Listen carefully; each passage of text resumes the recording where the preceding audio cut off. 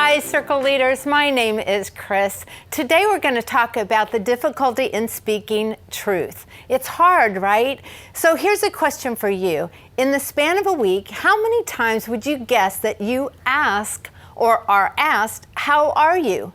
Most of the time, this question is asked with very little expectation of receiving an actual answer. It's just something we say, right?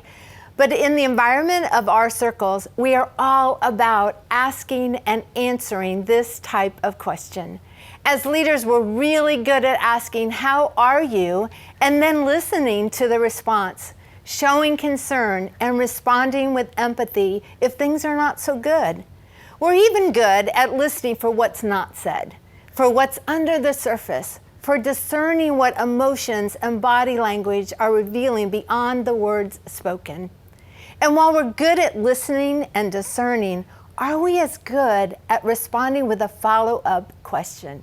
Now, what are you going to do about it? Are we good at asking, how can you invite the Lordship of Jesus into this situation?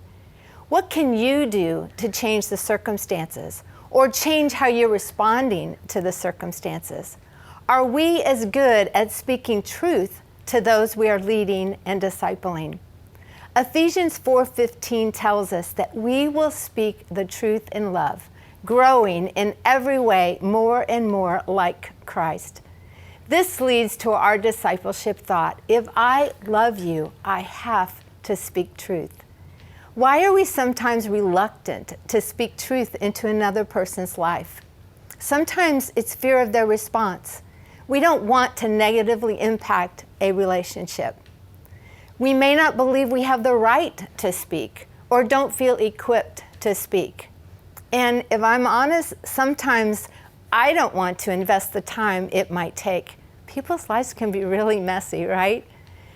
But why do we have to speak truth to those we love? Because we're on this journey with Jesus together, and the destination of our journey is the Father's heart.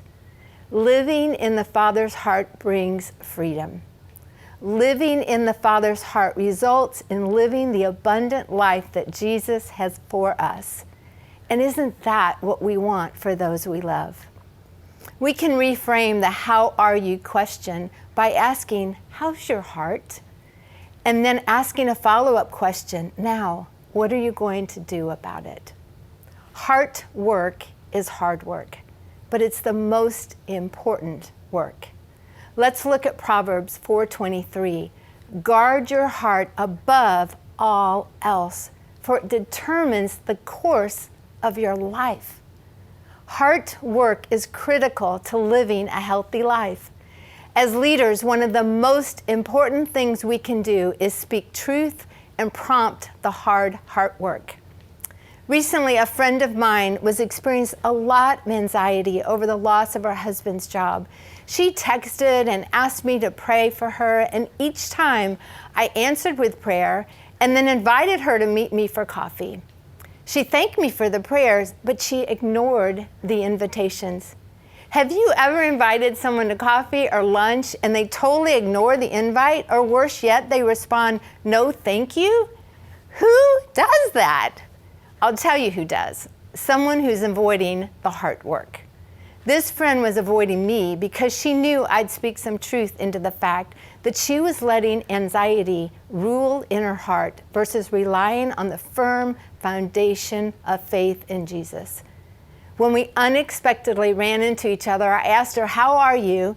She responded with, "I'll be fine when we have a new job." I couldn't let that go. And I responded with the truth: you can be fine without the new job. You don't have to let circumstances rule your emotions. What are you going to do about that? That quick exchange led to more discussion and some steps taken that helped her realize where she wasn't seeing the circumstances through the faithfulness of our Father, through the lens of Jesus. And she took steps to replace her anxiousness with the trust and peace of Jesus. Can I encourage you with another thought? You don't have to be lifelong friends to earn the right to speak truth. Relationship before discipleship is important, but the fact that the men and women who are in your circle creates a relationship and gives you the right to speak truth. By being in your circle, they have implicitly given you permission to speak into their lives. They are in your circle to follow Jesus with you. And you not only have the right, you have the responsibility to speak truth. Truth leads to living in freedom in the Father's heart. If you love them, you have to speak truth. And there is no greater joy than seeing others walk in the freedom experienced by living in the truth.